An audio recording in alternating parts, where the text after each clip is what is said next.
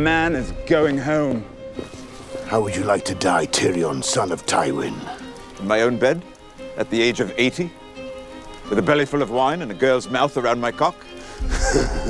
Welcome back to Philosophic Flicks, where we dive deep into the philosophical ideas hidden in your favorite films and series.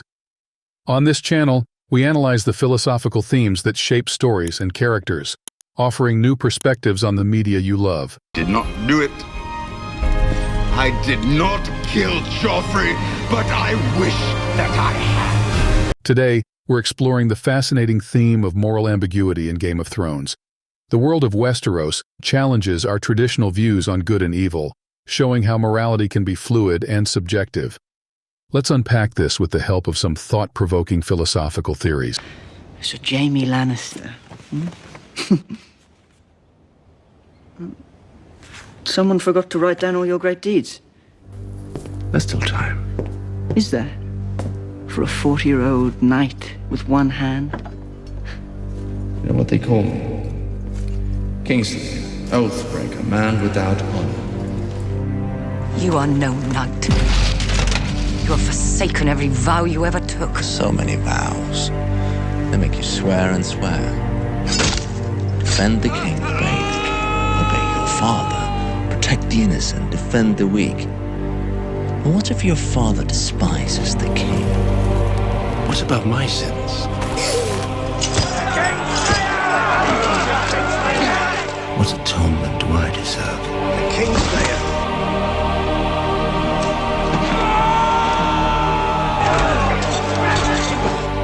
Kingslayer. Kingslayer. What a king he was.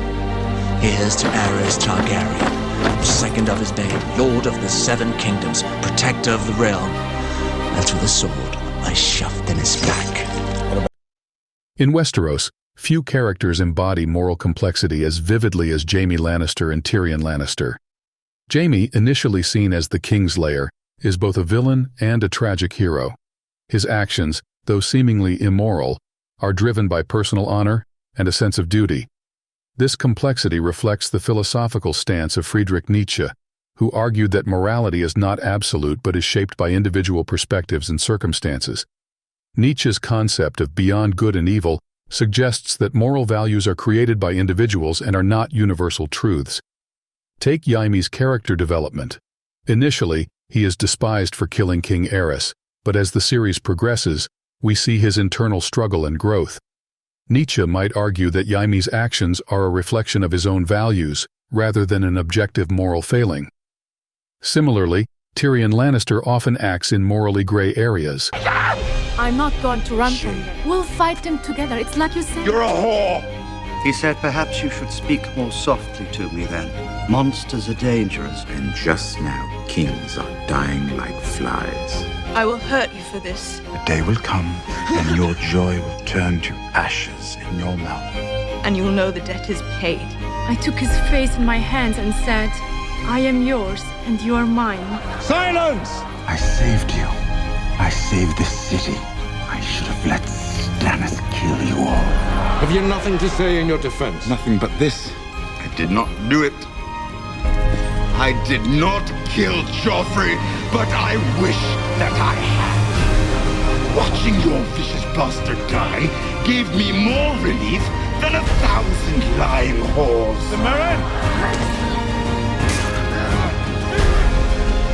I wish I was the monster you think I am. I demand a trial by combat. Let's go kill them! I will be your champion. Oh, fuck me. There are many who know that without you, this city faced certain defeat. His witty, often manipulative behavior serves his own survival and goals. Here we see a practical approach to morality, much like the ideas of John Stuart Mill, who proposed utilitarianism, the belief that actions are right if they promote the greatest happiness for the greatest number. Tyrion's decisions often prioritize practical outcomes over strict moral codes. I will have a very large army and very large dragons. Killing and politics aren't always the same thing. How do you know this? That's what I do. I drink, and I know things. We will give you 7 years to end the practice. Your reign is over. I will crucify the masters. I will set their fleets afire, kill every last one of their soldiers, and return their cities to the dust. My reign has just begun. You once told me you knew what your father was. He would have burned every one of his citizens. Every man, woman, and child. That's why Jaime killed you. This is entirely different. You're talking about destroying cities. It's not entirely different. Dracarys.